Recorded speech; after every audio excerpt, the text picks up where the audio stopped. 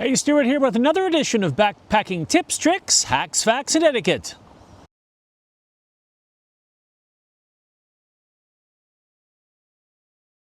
On today's episode, should you be out here backpacking in the fall when bears are in hyperphagia?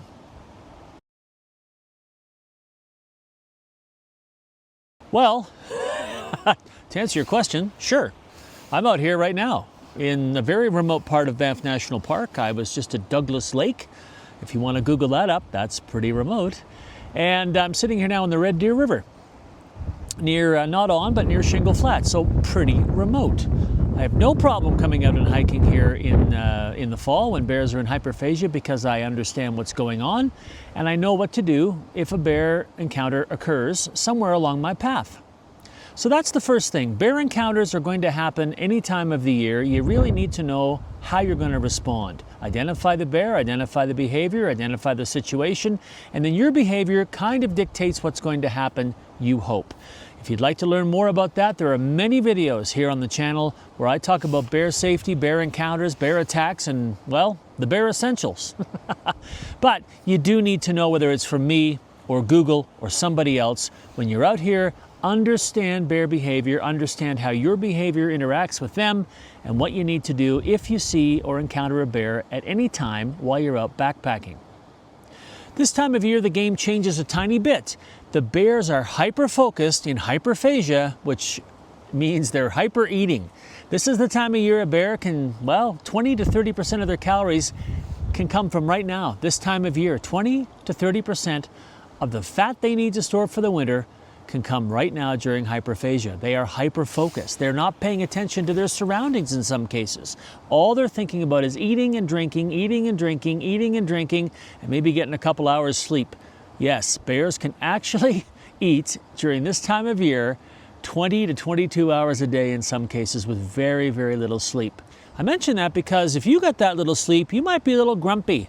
So yes, bears can actually be a little more agitated and a little more aggressive this time of year, especially if they're protecting a berry patch or some food they found in your campsite, or at home if you have bears around in your neighborhood, in the backyard. If the bear finds some pet food or something else it wants to eat, which is a pretty easy meal, it may not back off as quickly as you would expect. It may not back off like the same bear has backed off before, because this time of year, eating and calories are everything. Absolutely everything to a bear, and they will be a lot more persistent than you would expect. So what to do when you're backpacking? The same thing you always do. I'm going to tell you I take a couple different precautions this time of year, but the same thing you should always be doing. Be bear smart. Carry bear spray. Make lots of noise on the trail by calling out with your human voice. Bear bells are useless. They're a placebo. You think you're making noise, but listen.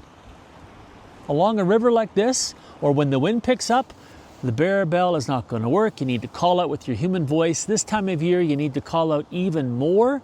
I'm a situational caller. Like if I'm walking across these meadows, I'll probably call out less than if I'm in a dense forest or dense willows.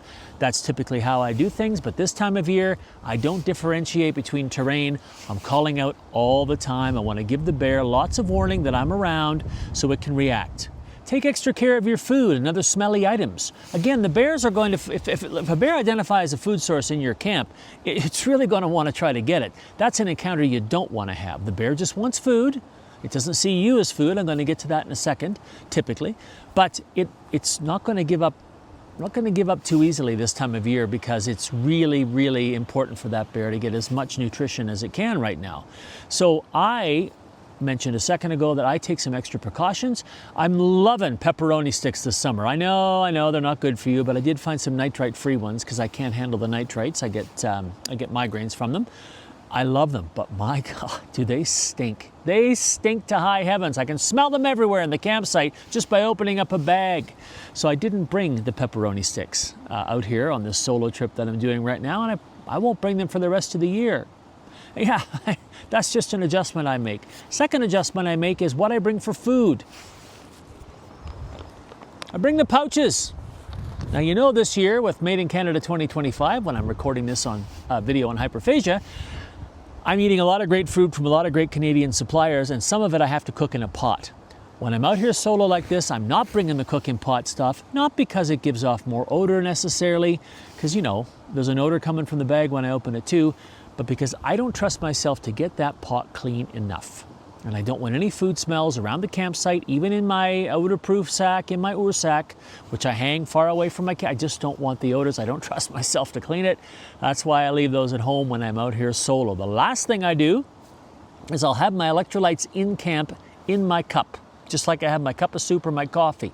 Sometimes late in the day, like today was a long day, for example, on this trip, I like to have electrolytes kind of in my smart water bottle. I just throw a tablet or two in, fill it up with water, and drink as I get into camp.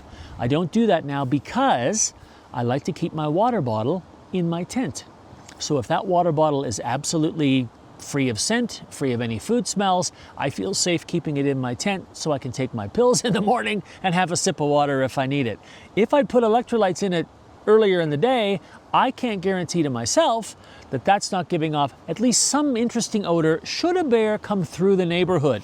Not saying it's going to attract the bear from miles away, but you want to make sure any chance encounter is over with quickly and you don't have anything going on in your campsite or on you that might be of interest to a bear, especially this time of year during hyperphagia. Last thing I want to say, and this is a generalization, you can Google this up as well. Black bears and grizzly bears typically do not see humans as prey. Only the polar bear actually sees us, no matter where it sees us, as something it would like to eat. Now, yes, predatory attacks do happen. They're extraordinarily rare. A lot of times they are the result of another action or another encounter that goes sideways. But typically, a predatory attack by a bear is extraordinarily rare. Happens, but it's rare because Mama Bear is not typically teaching little bear that it should eat people. So when you hear hyperphagia on all the social media now, when you hear it on, like from the national parks are putting it all over the social media, you don't have to be more scared about coming out in the woods in the fall. You just have to be bear aware, bear smart, and a little more vigilant, understanding what the bear is going through right now. Do that, come out and do those things for yourself and have a great time. This is an amazing time of year. September and October are amazing times of year to backpack. Be smart, be bear aware, watch some videos on this channel, watch other people's videos, Google it all up, read it from the National Park Service in the US or other agencies like the Interagency Grizzly Bear Committee on how to be bear smart all year and especially this time of year during hyperphagia. I'm sure I left stuff out. Any questions or comments? Leave them in the comments section below. And as always, thank you for watching. We'll see you next time in the next episode of Backpacking Tips, Tricks, Hacks, Facts, and Etiquette.